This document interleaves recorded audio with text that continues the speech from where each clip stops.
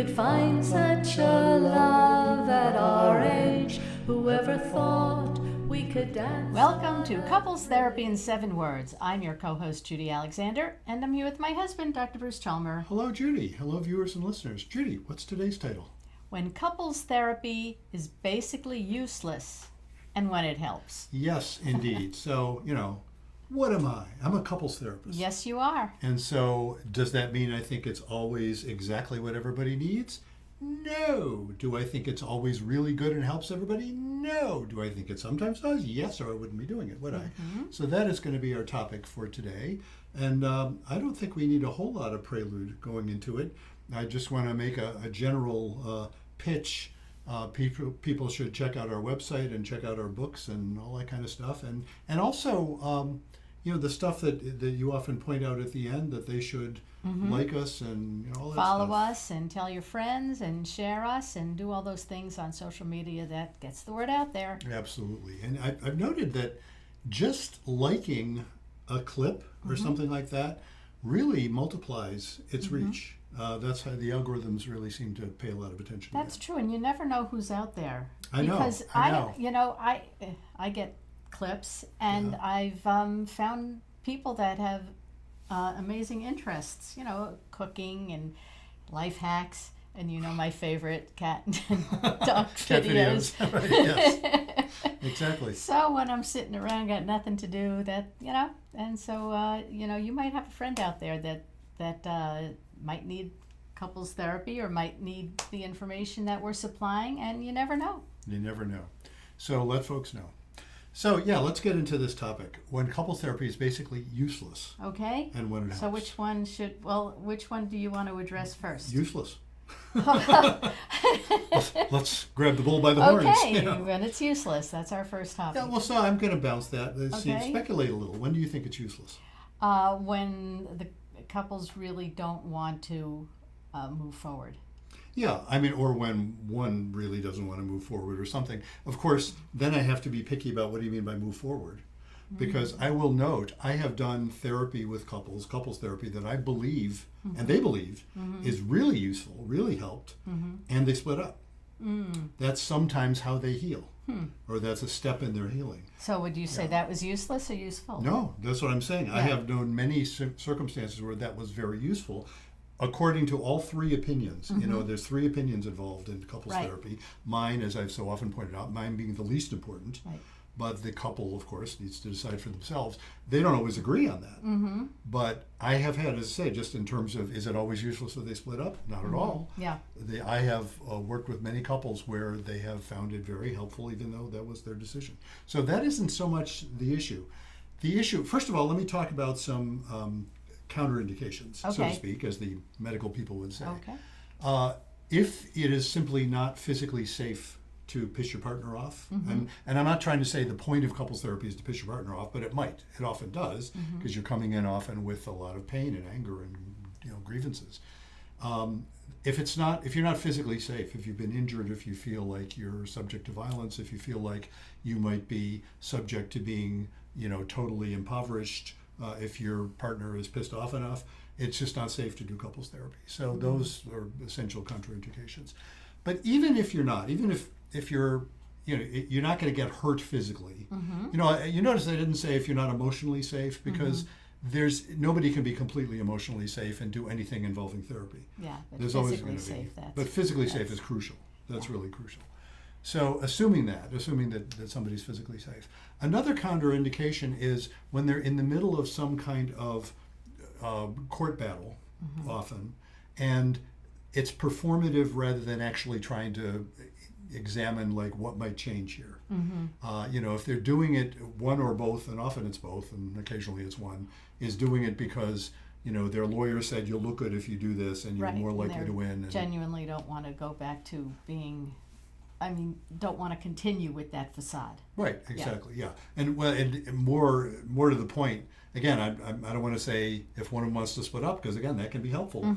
But I do want to note, if one of them is there for reasons other than actually figuring out how can we heal here. Yeah. And I'm saying how can we heal? The person we interviewed a couple of weeks ago, and since I didn't look this up before we're having this conversation, I'm trying to remember her name. The woman from Israel who was, and she was really quite interesting, who was talking about compassionate divorce. Yes. And I will put the name in notes, and we're not going to edit this. I will just go ahead and be embarrassed, and you can too, that neither one of us can remember her name from like 2 weeks ago. And she was a really interesting person, and that's what happens to names in my brain, apparently yours too. Having said that, she had a lot of interesting things to say about couples who are, in fact, have determined they're divorcing, and they are doing it nevertheless Right. as a couple. Right. Well, couples therapy, you need to do as a couple, even though you may be wildly at odds with your partner. That if you're there saying, how can we get better here? We're getting into when it might help. But if you're not coming in with that, it's not going to help. Let me note something else, which I have, actually it's embedded in our 7 words. Can you guess which word I'm going to talk about? Be kind. Guess again. Have faith. Yes. Well, because it starts with faith, right? Yeah. Yeah. I pointed that out. You know, when I've given the little backstory of our be kind, don't panic, and have faith, right? Our 7 words. When I've given the backstory, I've often pointed this out. And for those of you who are new to us, here it is again, briefly. I was asked by a colleague, how do you do couples therapy anyway? You know, boil it all down to one phrase. And I said, well, it took me a little while to come up with the whole package, but I realized I started with be kind and don't panic. That's basically what we're telling people. That's what all these techniques are about. Right. Be kind and don't panic. Be kind in the sense of kinship. Right. And don't panic. And then so I had a 5-word formula, right? And people say, hey, that's really interesting. Yeah, because if you're panicking, you're not going to be kind. Right. Tell me, how do you not panic? Darn, they had me there. So that's when I realized I don't have a simple answer to that, but I do have an observation, which was the couples that come in with this particular mindset were the ones who could succeed. And again, by succeed, I don't mean necessarily stay together. Right. But they would be working for healing, and they would often succeed in healing in ways they would identify as healing, and I would identify as healing. So healing is when you don't want to kill each other anymore. That's a start. That's a start. That you can't agree on anything. Well, but the point is, Yeah. when you say what healing is, Yeah. well, what would you say healing is? Well, healing is that people who can get past that, you know, the hating each other, wanting to hurt each other, totally dismissing anything the other says, constantly critical. Am I leaving anything out? Well, you certainly, you're describing, I totally agree, you're describing certainly what you got to get past to be That's what considered I'm healing. saying, yes. That's yes. true, but I would consider that necessary but not sufficient. There's more. I set a higher bar for what I'd call healing, and I should be careful. I don't mean faith? to. Well, we'll get to faith in a moment, but what I consider healing, Yeah. this is a pretty high bar. Let me say this differently. I don't want to define healing this way. Okay. But when couples say what I'm about to say, that sure seems like healing to me. Okay. It's the ones that express gratitude for what they went through, even as painful as it was. The ones that say, wow, that was incredibly painful. I am so grateful that we did this because I've grown so much. We've grown so much. Again, together or separate. I like it, especially if they're together. You know, if they say, wow, we found each other again. It's lovely when that happens. But that notion of even being grateful for going through a crisis and coming out the other side, you learn so much from that. Yeah. I was interviewed yesterday by, and folks, this particular interview I'm referring to, I think it's not coming out for a few months from when we're doing this. We're doing this in early February 2026. I think this interview I just did yesterday with someone on his podcast, Art Blanchard's podcast, the name of which, of course, is naturally escaping me. It has to do with transitions. His name? That's pretty good. Yes, transitions. It is amazing I remembered his name. It has to do with transitions. But he really interesting. He gave a great interview, and it's going to come out in June, so it'll be out for a while. But my point in saying that was it hadn't occurred to me until we were talking about it.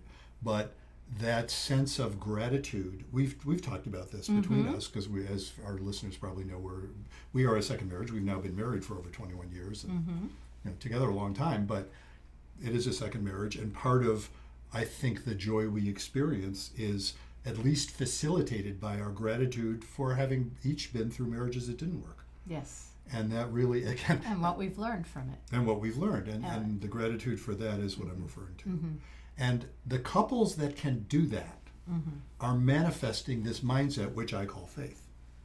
That's what I mean. So you need to find that mindset that, this whole business, as painful as it is, it's meaningful. We're going to learn from it. We're going to, there's some rightness about it. That it kind of had to happen even though we wish it hadn't.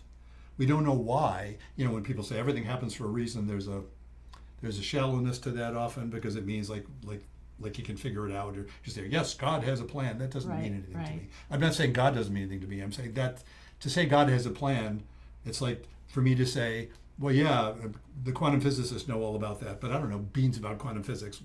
That doesn't say much. I don't know. It just You know, says, it depends okay. what you believe, and maybe there is a plan, maybe there isn't. Well, yeah, Well, exactly, but we don't have direct access to it. And Yeah, the people well, who think that's we for do sure. are full of baloney. And do a lot of damage, frankly.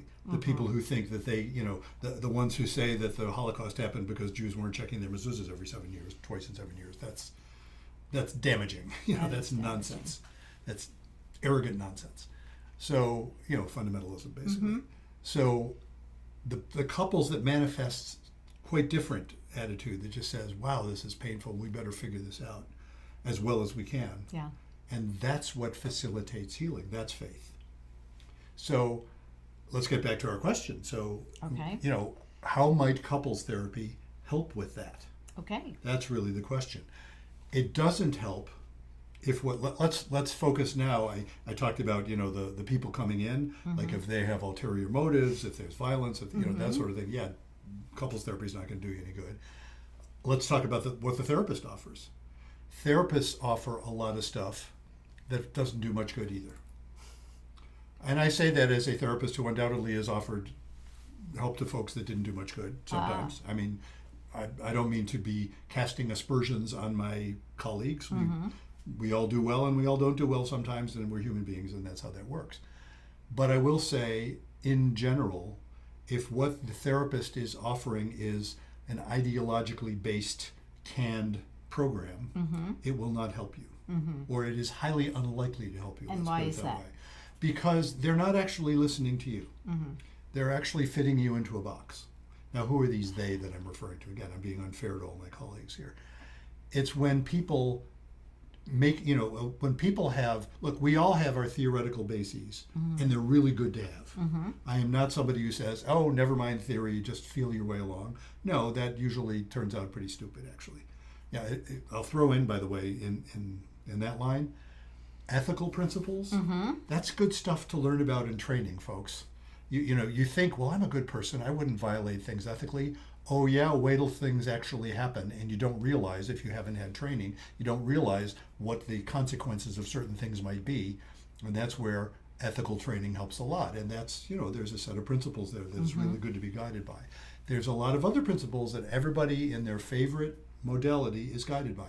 Cognitive behavioral people are guided by CBT, and psychoanalysis people are guided by psychoanalysis, and the behaviorists are guided by behaviorism, and narrative folks are guided by the fact that they're not any of the other things. And I say that with great affection because I had a lot of narrative training, and I also did some narrative training back in the day. I mean, I also taught narrative therapy back in the day.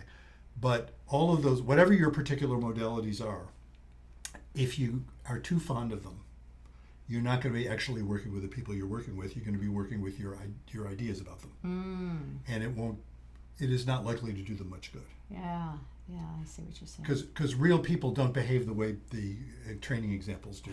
Right. And It's shouldn't. like those textbooks and when the new mothers and I thought my baby's supposed to be doing this at this time, and Yes, it exactly. doesn't always work that way, does it? Exactly. And the books that are good, and the therapists that are good, by the way, because I'm not saying, jettison all of our theories. I'm just saying the ones who are good, what, I've said this for decades, like about self-help books, and I've written a few, I'm always looking for a twinkle in the eye of the author. And you know what the twinkle in the eye of the author is saying? It's saying, hey folks, I am offering ideas I think are good ideas, but I know they're not perfect. I know they don't always work as much as I seem to be claiming they do. Just between you and me, none of it's perfect. Isn't that a riot? That's the twinkle in the eye I'm looking for. And the books, I actually wrote about this in one of my books. And it's not about communication. I compared a couple of books where, the come on for one of them was basically saying, look, I think this is really important, but it's really hard and you may or may not help you, but give it a shot. As opposed to the one that said, this is simple. These 5 techniques are going to get you so that you won't be depressed and you'll have great relationships. And that's just bullshit. Right. Because that's not making you aware of your behaviors. Yeah, exactly. And it's not making you aware of the complexity of it. Yeah.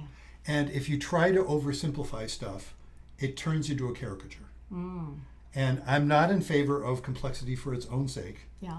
But if you don't allow for, some of this and some of that, isn't that interesting? If you don't allow for that, then you're basically reducing things down. And the conversations, you can kind of tell in conversation, when we're able to appreciate nuance, there's actually a lot of laughter that happens.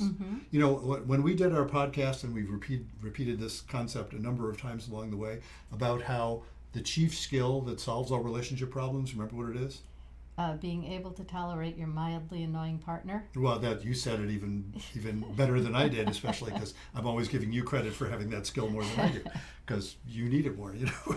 Your partner is way more annoying than mine is. Yeah, exactly. It's the ability to be moderately or mildly annoyed. That skill. And whenever I talk about that, almost always people smile, because what I then point out is, look, all 3 of us in this conversation, I say to the couple, we're all annoying as hell, and they laugh, But that so lightens it, because what that means is, you don't have to interpret somebody doing something a bit inconsiderate or a bit, selfish or a bit off or a bit snappy or whatever. You don't have to interpret that as the entire story. Right. We all get that way sometimes. There's reasons. Don't panic. I think it's always giving your partner the benefit of the doubt. Yeah, exactly. Yeah, and yourself. It's just this sense. It's just lightness. It doesn't mean you have to tolerate everything without saying anything. It just means it's lighter. It's not so. Everything isn't a litmus test as to whether you're okay or not. Right. When everything is a high stakes trial, it is incredibly scary and heavy. When couples talk about it, this is routine when I first meet them. They're walking on eggshells with each other. Yeah. Everything is a potential problem.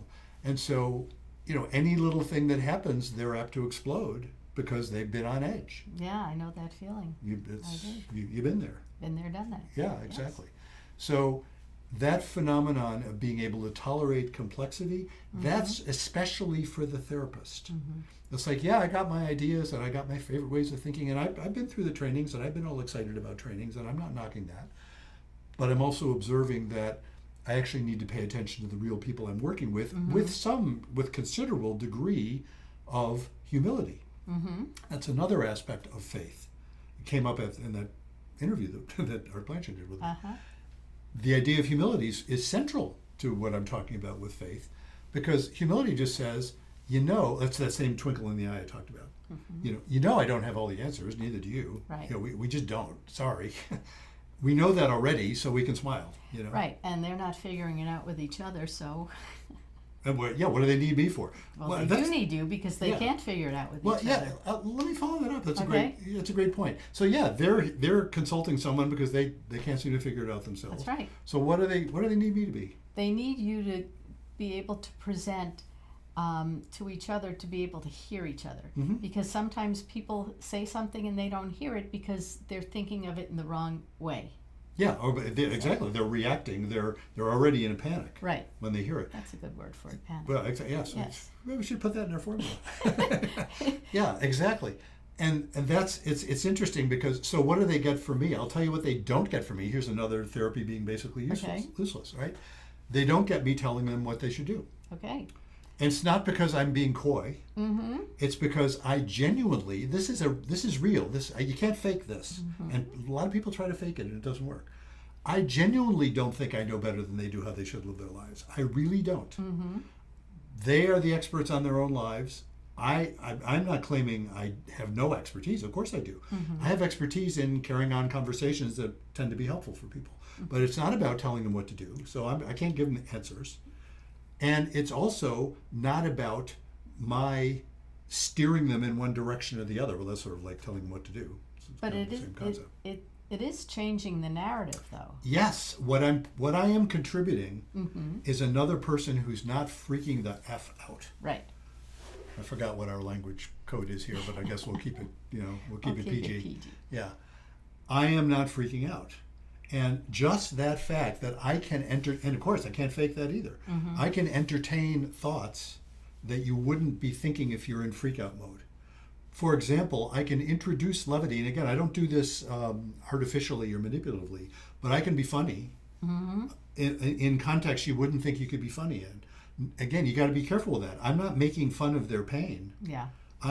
But I'm noting sometimes the absurdity, and you can only do that if you do it out of love. Mm-hmm. If I'm saying, wow, aren't we amazing? Aren't we humans amazing? Look at all these conflicting things. And so we come up with patterns where, look at that, when you feel like you just need to stop the conversation, that's freaking out your partner.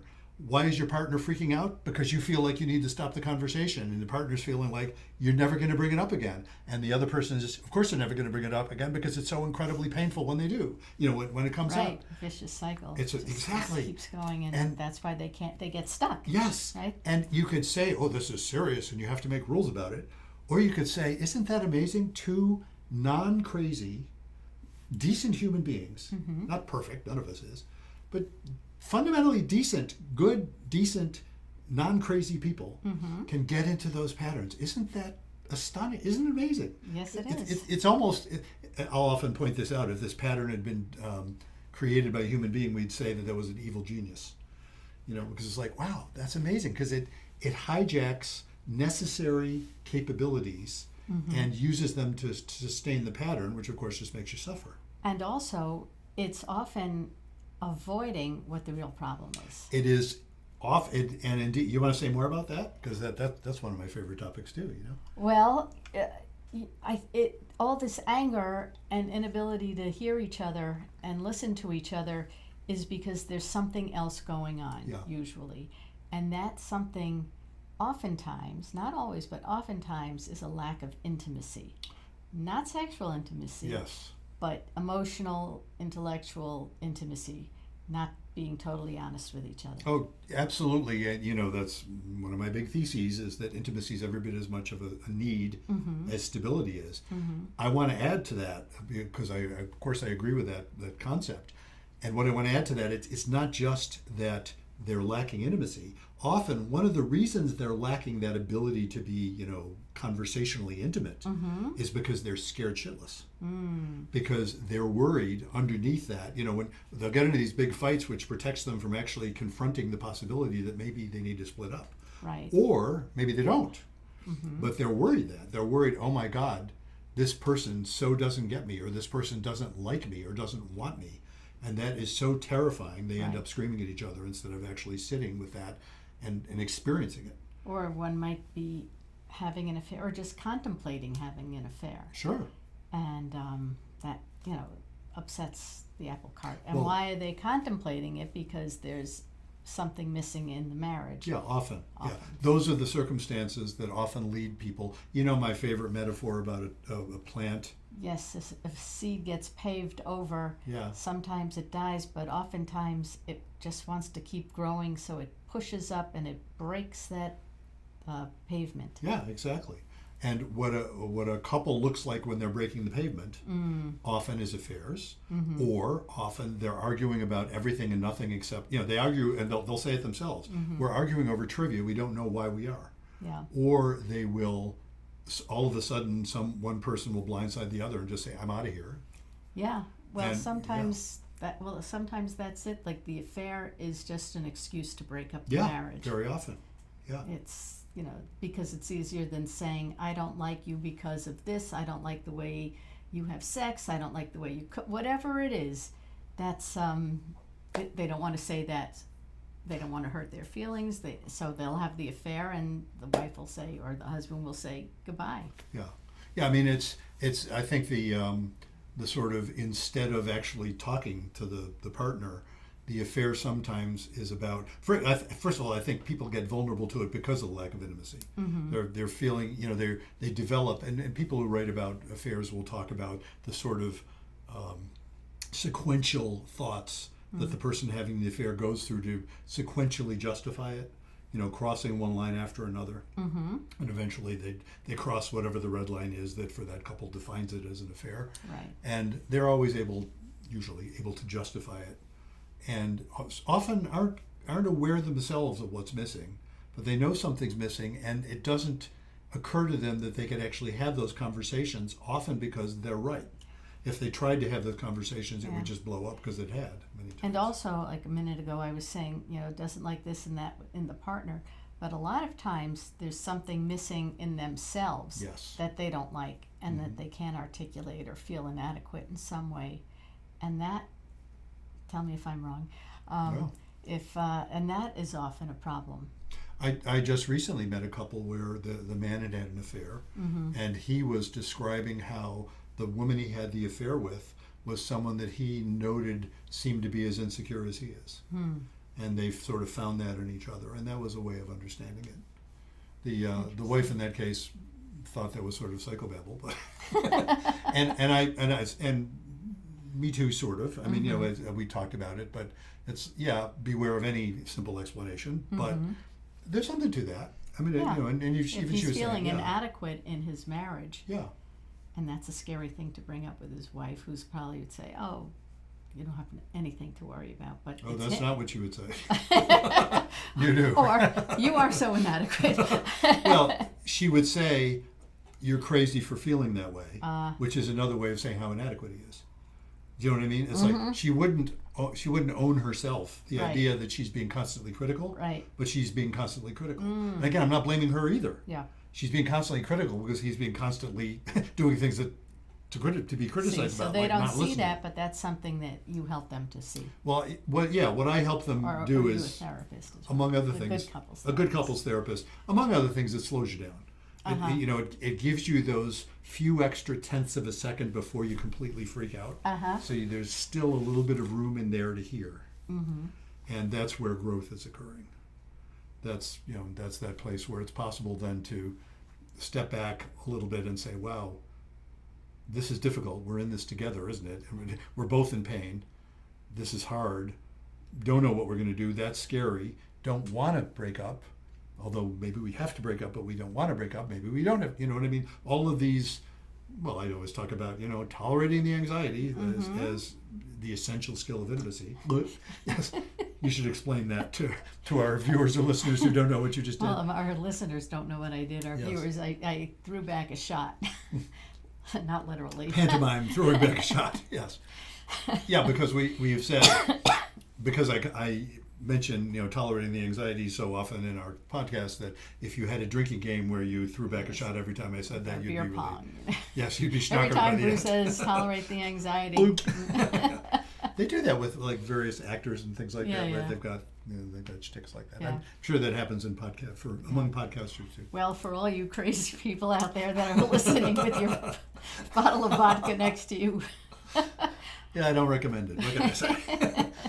But go to my website. Maybe we should work together. Anyway, where were we before we got sidetracked? So when couples therapy is basically useless, is all of those contraindications really are all about that sense that you're going in not really intending to actually open up to possible change, or you're going in and what you're getting from the therapist is basically kind of a canned program as opposed to actually really listening with some degree of humility of what's going on and working with you.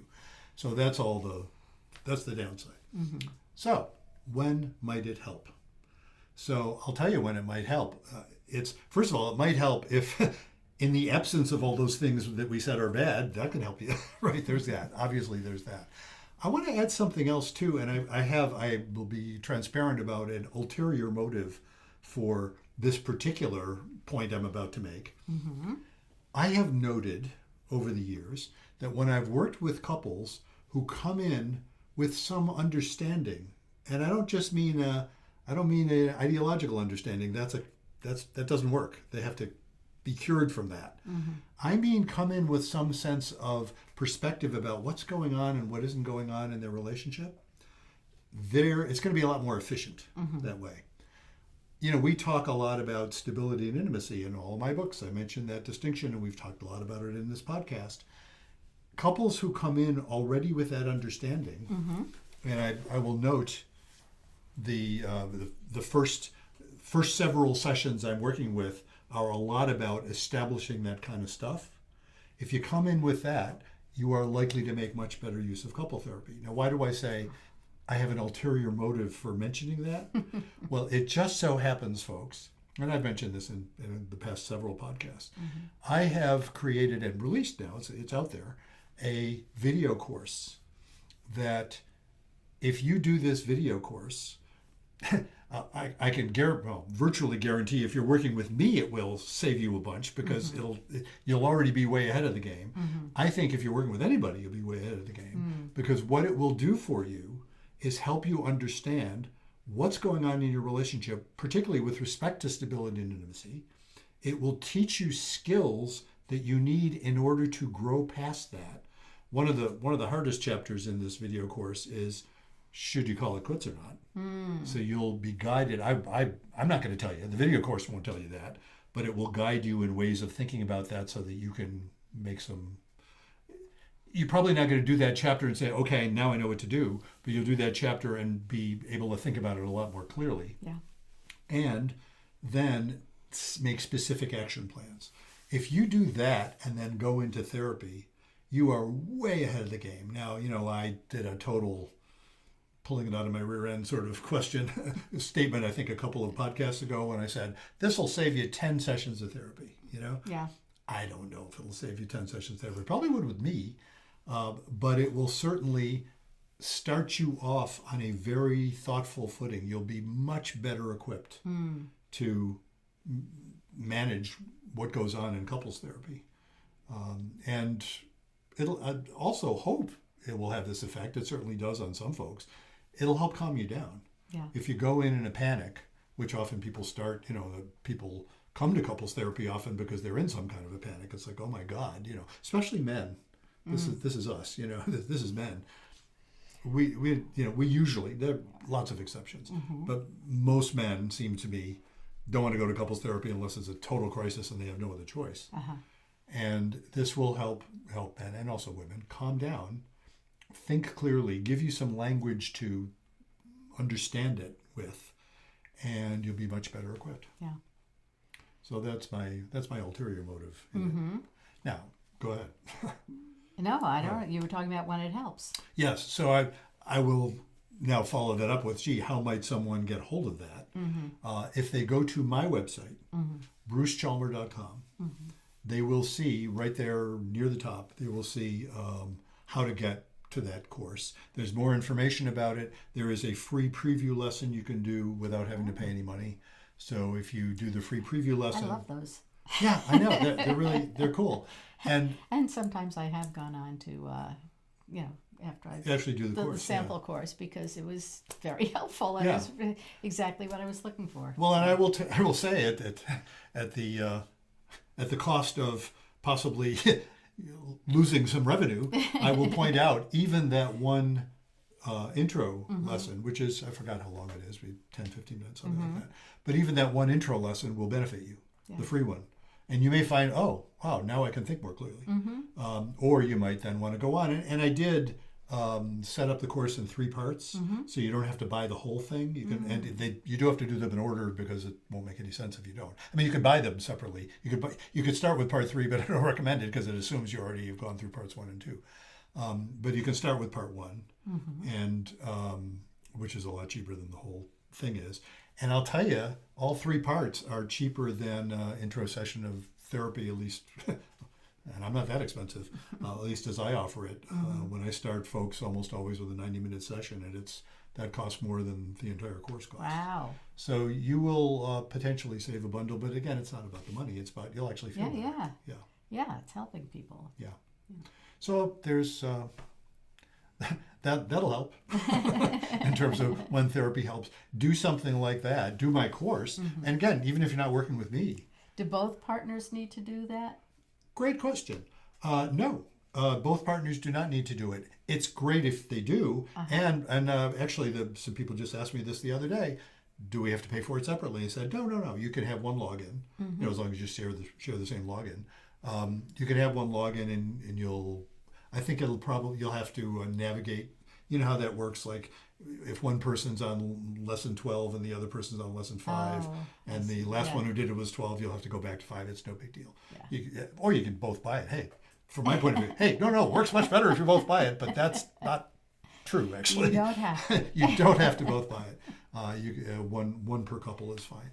But it'd be great if both do. But very, very often, somebody coming to my website wondering about couples therapy and possibly wondering about this course is doing so, and their partner's not on board at all.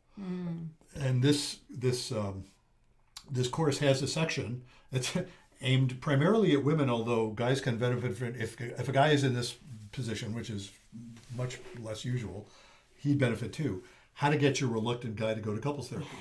I say guy, how to get your reluctant partner to go to couples therapy. It's usually the guy. It's usually Come on, the guy. Let's face it. Well, you know better than I would. I do. I mean, everybody I know who's initiated couples therapy, it's always been the woman. Yeah. I have seen exceptions, and I don't mean to be silly or cynical about it. I've seen exceptions. So most of the time, it is often a guy who makes the appointment, but it's almost always because the woman said, "You have to make the appointment. I'm sick of doing all this." That happens a lot. And that's part of the problem in the relationship, isn't it? That is precisely. And, it's interesting. I'll comment on that. A lot of the work, and I have to say, over the years, I think I've relaxed more about this. I think I've gotten better at this. A lot of the work is having some sympathy for the guy and both the man and the woman. Yeah. That recognizing, he's resisting for good reason. In fact, in that, spoiler alert, in that section where I talk about how do you get your reluctant guy to at least consider it? Spoiler alert, you don't do it by cajoling. You don't do it by arguing. You might do it by threatening, and sometimes that works. You know what I'm saying? Either we go to therapy or I'm out of here. I got that. I mean, I'm not saying don't do that, but usually what works is when she actually says, "Wait a minute, you're resisting this. I really actually want to understand why. I'm not trying to talk you out of it. I want to understand why." And often what he will say is something, if he's willing to, if he's not too pissed off, he's often will say, "I'm worried that I'm going to lose you. I'm worried that this therapist is going to say that I'm a jerk," because sometimes I am. I usually don't say it quite like that. But I was going to say, that sounds very self-aware. Exactly. I have met folks who are that self-aware. Oh, really? Guys who are that self-aware. But look, women are jerks sometimes too, and we all are. But just that the idea of saying, "Oh yeah, I worry about that too." If she does, it's like, yeah, you're not crazy to resist. I understand why you'd worry that, because those are legitimate worries. That and when she is able to say, if true, when she's able to say, "Yeah, I worry about that too. I worry that if we don't go, we're gonna lose each other." Yeah. But I can see why that you would worry that this would look at all the people we know that went to couples therapy and then split up. So it's not crazy to resist. And when she can recognize that, why he's resisting, then they're having an intimate conversation. Then they're actually hearing each other. They might not even need therapy at that point, but those are the circumstances where they often could go to therapy. Now, that sort of insight is what is in that course. And you learn. And it's often, very often eye-opening. Yeah. I think we did a podcast a few weeks ago on the light bulb moment. This course is full of those light bulb moments. And it kind of, when I noted, and I've noted it for years now, that light bulb moment that happens in the first session, that's when I realized, I could actually put this into a course that people could have before they even start therapy. And then they would have they're already oriented to that. Yeah. So that's great. That it is really is very helpful. Yeah, I certainly think so. So I'll just mention to get the course, go to brucechalmer.com. I think I put a link on our podcast website, ctn7.com, and if I didn't, by golly, by the time you folks see this, I will have, that's for sure. So there's probably one there too, ctn7.com. Judy, what should people do if they want to suggest stuff for us to talk about? And all Well, that stuff? now that you mentioned ctn7.com, that's our website. So if if you'd like to be on our podcast, or if you have a topic you'd like us to talk about on our podcast, or if you have somebody to suggest we could interview on our podcast, all those things you can do at ctn7.com. Absolutely. And for those of you for whom maybe you've just dropped into this as your first podcast, we have, I think, slightly over half of our podcasts have been with a guest. We have interviewed fascinating people from quite literally all over the world, as far away as Australia and Europe and Asia, if you count Israel as Asia. Have we interviewed anybody, I don't think in East Asia, not that I recall. I don't think so. But, and North America, South America, I mean, all over the place, Caribbean. So we've interviewed people all over the world, and it's been fascinating, and we keep doing it because we have fun. Right. And we and learn. we meet interesting people. Yeah. And we hope that we bring that interest to all of our listeners out there. And so until next time, Remember, be kind don't panic. and have faith.